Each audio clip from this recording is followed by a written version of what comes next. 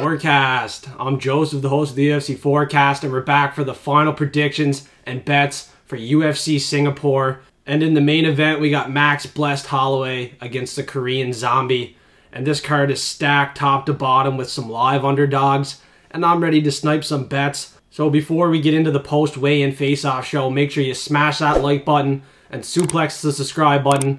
Once I hit the 500 subscribers, I will give away $500 in my Discord. I have a channel set up already for that, and then I'll get a giveaway bot set up right away once we hit 500. And one forecaster is going to win $500. So jump in that Discord, get active. And before we get going, I'm just letting you know I can't find the short video of the face-offs. There's only a ceremonial weigh-in video, and it's 30 minutes long. I already watched that. I already watched the face-offs and weigh-ins. Everybody has made weight successfully, so that means we got 13 fights tomorrow morning, and don't forget to set your alarm because we got an early card. For me here in PEI, Canada, the prelims are starting at 6 a.m., so it's going to be an early morning, and it's going to be action-packed.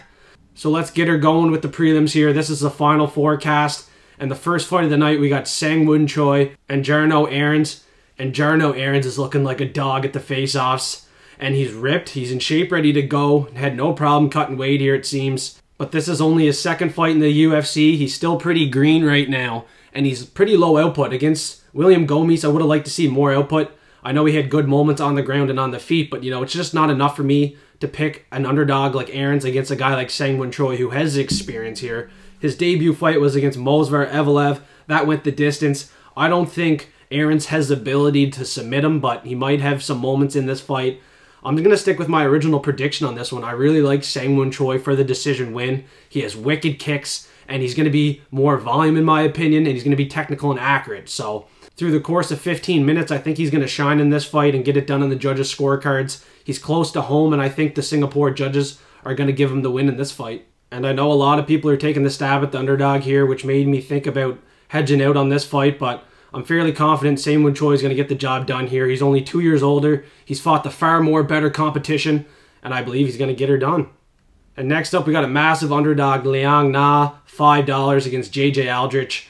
And I was doubting Liang Na on the early prediction show, and I told people if they think Na Liang has a fucking chance in this fight, let me know.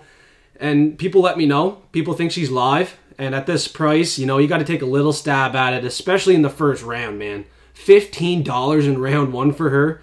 I don't trust JJ Aldrich that much, to be honest with you guys. I'm not putting her in any parlays. I'm not betting her. The only bet I have in this fight is Liang Na in round one. It could be live, but other than that, this is a JJ Aldrich fight for sure. She's going to have the better striking in this fight. And obviously, I have JJ Aldrich as my pick. But for betting, it's really hard to pass up the value in Liang Na. She's close to home. She's going to come out there looking for a firefight. And she very well could get this done in the first round and upset the betting lines. And I certainly don't want to miss out if she happens to get the round one finish. So $5 free bet pays me back $70. I'll be fucking happy if that hits. I don't really give a shit about the JJ Aldrich pick. She's not one of my favorite fighters in this division. But she is tough and she is a grinder. All of her wins are by decision in the UFC. She has 9 of them. 1 over Jillian Robertson, Courtney Casey, Polyana Viana. She's fought the far more better competition, picking up some wins. And she lost to some good competition as well. Erin Blanchfield, Macy Barber, Sabina Mazo. But at the odds of 15-1 for Liang Na round 1, I'm going to take the stab at that all day. And next up, we got a fight in the welterweight division, and this is a banger. This fight is not going the distance. It's Billy Goff and Yusaku Kinoshita. And this fight is priced pretty close too. Billy Goff originally opened as a favorite. Money came in on Kinoshita. Goff went to like a 230 underdog, I believe. Now he's down to 210.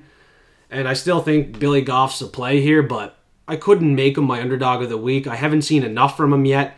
And yet Yusaku Kinoshita is totally live in this fight for a finish, man. He has a 100% finish rate. He's a round one fighter, like I said in the early prediction show. He's going to come out there hot in round one. He's going to be throwing hands with power. And for some reason, I can see a Kinoshita round one KO. And I'm not getting too invested on Billy Goff. But I want to tell you guys that Jacob at We Want Picks, his lock of the week, he usually picks an underdog. He's been killing it. The last 2 weeks, he had Isaac Dalgarian and Sean O'Malley crush both of them. If you look at his predictions on those fights, they were A1. And man, he's been killing it. He's super high confidence on Billy Goff. So seeing Billy Goff as his lock of the week gives me a little bit of confidence. But like you guys said in the comments, you can't always listen to what everybody else is doing and what someone else is saying. But at the end of the day, I did my research on this fight. I do think Billy Goff is going to have more top control in this fight. He's going to be able to get some takedowns. And he is a dog, man. He fights for your money. He's going to be throwing punches and bunches too. And Yusaku Kinoshita, from what I've seen, he doesn't have a great chin. And Billy Goff does have a chin. He's been dropped before. He's been tested before. And I love seeing fighters that have been tested and have fought through adversity and ended up getting the job done. Billy Goff can wear a shot, and I think he can survive against Kinoshita early to get the job done late potentially here. I think Goff's definitely the play at plus money, but this fight not to go the distance, in my opinion, is a for sure lock. And next up, we got a welterweight fight with another potential lock play here. It's Kenan versus Rolando Bedoya. And Bedoya's been training with some Brazilians, Charles Oliveira. If you're following me on Twitter, I posted a picture of Bedoya. He's a Peru prospect, and I told you to lock it in. I'm fairly confident he's going to get this one done here. Kenan Song's only path to victory would be the knockout shot if you're looking to hedge bet it. Rolando Bedoya in a split decision loss to Chaos Williams. He showed us he has a durable chin. He can wear some heavy shots, and he just pushes forward, man. He's going to throw some heavy low kicks, and I think he's going to beat up Kenan Song for the best part of 15 minutes. He could probably find a finish here. When I seen him at the weigh-in and face-off with that white, blonde Charles Dubronk's hair, you know, that really excited me for this fight. I think he's going to come out there hot in his second fight in the UFC, and he's going to light up Kenan Song. But I'm not going to lie, Kenan Song could definitely be live in this fight for a one-shot knockout, but I'm not hedge betting it. I'm really confident on some of these picks this week. I'm not looking to hedge bet it. That's just asking for a disaster. I'm just going to ride with it, and hopefully we don't have an Aljamain Sterling situation like last week. And next up, we got a close fight in the middleweight division between Chidi Njokuani and Michal Oleksiejczuk. Some of these names are pretty tough to pronounce, not going to lie, so give me a little break here. On the early prediction show, I was like 50-50 on this fight.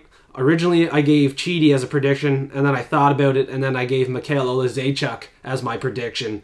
And I'm sticking with it. Michal Oleksiejczuk is my pick. I'm not going to flip-flop on this one. I think this one's going the distance. I think Oleksiejczuk's going to be the younger, faster fighter here. And I'm not even thinking that. Like, he is the younger and faster fighter here for sure. Chidi Njokuani has power. And I think Michal will be a little bit hesitant in this fight. That's why I don't think he's going to come out there and get the round 1 KO like he usually does. He's going to be smart. He's going to be technical. He's going to try to use his speed and age to beat Chidi in this fight throughout 15 minutes, because if Chidi can land one heavy shot, this could be lights out for him. He's going to have to play super smart, super high IQ, and I think it can get it done. I honestly do. Chidi is not the most highest IQ guy. I can't really trust him. He was my lock of the week last time against Albert Duraev, and he lost a split decision. So that just showed me that Chidi can't just come out here and get the bang-bang KO right away. And if Michal Oleksiejczuk's smart and has a smart game plan, he could probably win this fight. Chidi did knock out Marc-Andre Barriault and Dusko Todorovic, two very good strikers and durable guys, but I think Michal Oleksiejczuk, if he can survive the power and knockout shot from Chidi early, he's going to win. And I do have a little bit of action on this fight for bets, but that's for my Patreon members for $5 a month, exclusive and early access to all my bets. And next up, we got a banger fight in the bantamweight division between Toshiomi Kazama and Garrett Armfield, and I'm still not switching a pick yet. Toshiomi Kazama has fought low-level competition. He came in there at the face-offs, not shaking Garrett Armfield's hand. He's super confident in his abilities. He's close to home, but the crowd's not going to be able to fight for him. Garrett Armfield, in my opinion, has fought much better competition. He lost to Ronnie Lawrence by a decision. He lost to David Onam in his last fight by sub. And he also got submitted to a guy that's fighting on the Dana White Contender Series next week, Matteo Vogel, and he's from Canada, and that guy's a fucking monster. I expect him to get the contract on the Dana White Contender Series, so I see no shame in these 3 losses for Garrett Armfield.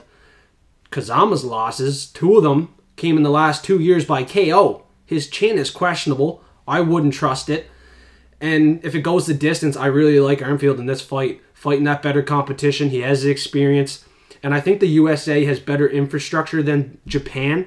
Like, I don't know where Kazama's training. He might not be training in Japan, but wherever Kazama's training. I don't believe he's training with, and I know he's not fighting the level of competition Garrett Armfield is. I got to go with the American-born Garrett Armfield here. Clear pick for me. He's 161. I think it's great value all week. I have it in parlays as well, but I'm not going to lie. I could look like an idiot on this pick here. Kazama does look like a dog at the face-offs. I see a bunch of people on Kazama this week, but I don't see it. Like, I can't see it at all.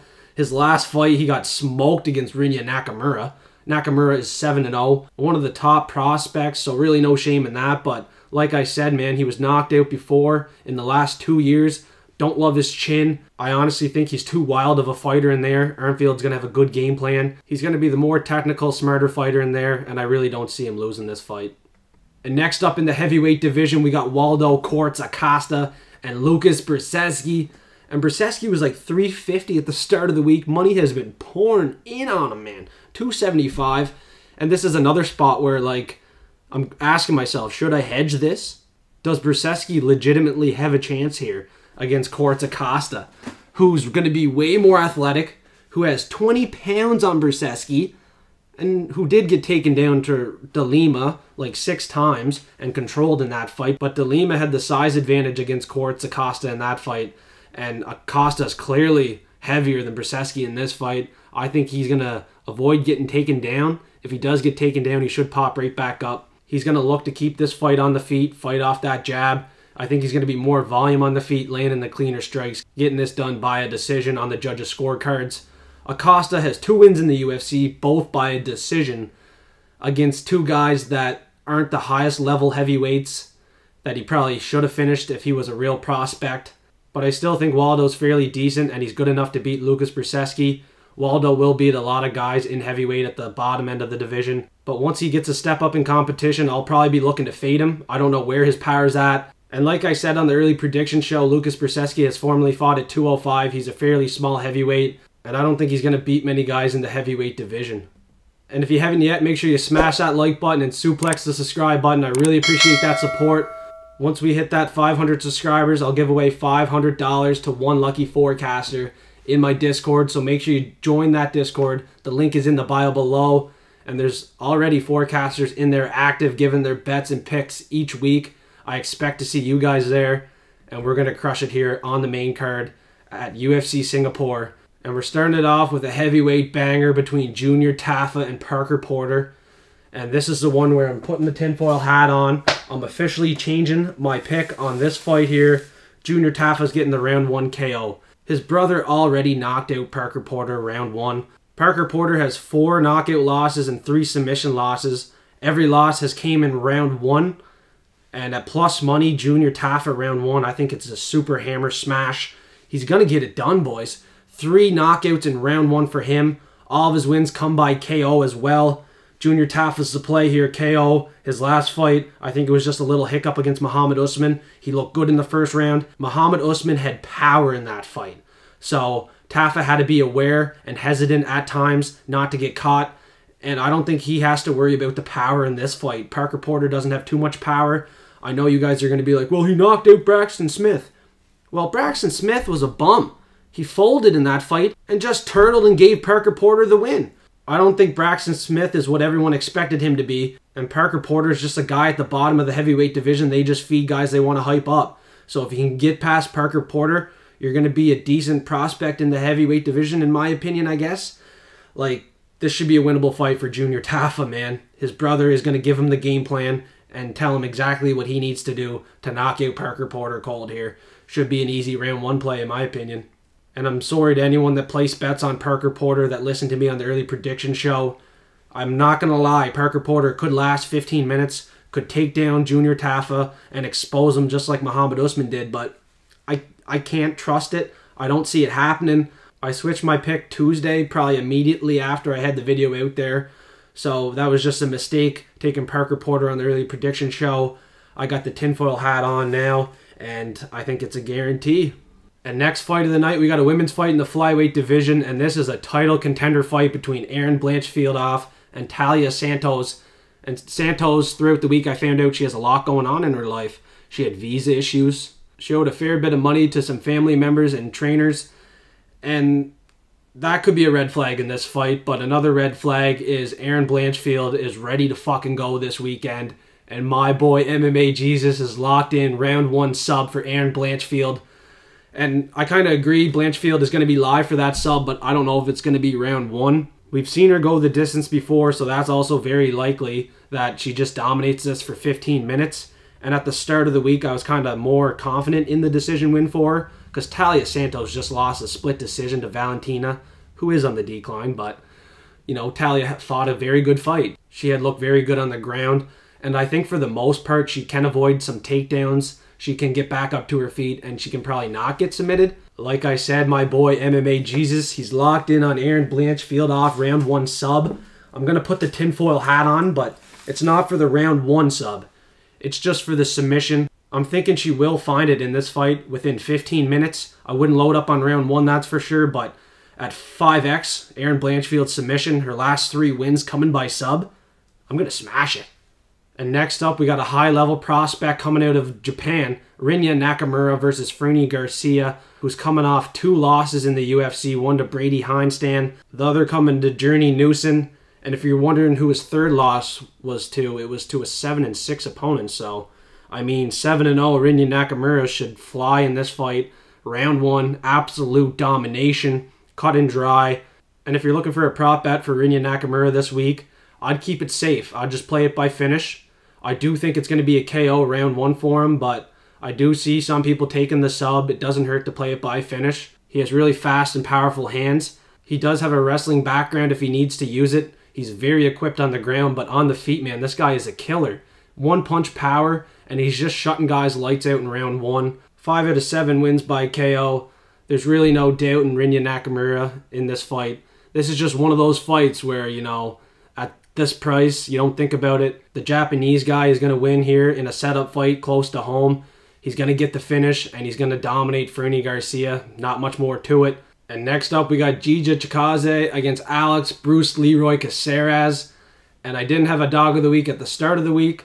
And now I'm locking in Alex Bruce Leroy Caceres. A little bit of Asian in him. Ready to fucking go here at plus 200. And I've been smelling the dog all week in this tricky matchup. And like Clint McLean says at the Die Hard MMA podcast, you got to trust your balls. And that's what I'm going to do. Caceres has fought very good competition. And he's also the more active fighter. JJ's been out for a year and a half. He went through 5 surgeries in the last year and a half. So he's been recovering. And at the face-offs, I felt like JJ looked a little bit off. And there's another thing that looked kind of weird to me as well. I circled it in this picture that I'm going to pull up. It almost looks like JJ has a broken rib. So let me know in the comments below. Do you guys think this is a cracked rib? Or is it just a weird bone formation on JJ? Like, that looks like a broken rib to me. Like I said, he just had 5 surgeries. There's some stuff going on with him. He's been inactive. And there's just a weird feeling in my stomach that tells me he does not look ready to go here. Caceres is always having a good time at the face-offs. He's smiling. And I've already done it twice on this show, but I'm going to do it for a 3rd time. The tinfoil hat's going back on for Bruce Leroy Caceres. He's going to get this one done, boys, by submission, just like Austin Springer submitted JJ in the Dana White Contender Series.